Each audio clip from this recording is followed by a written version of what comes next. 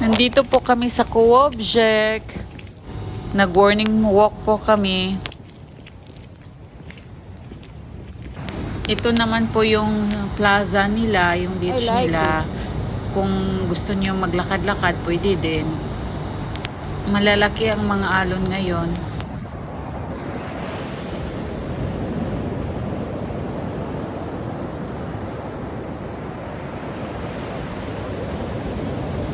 Namimiss ko na yung Pilipinas na pag bagyo, naliligo kami sa dagat.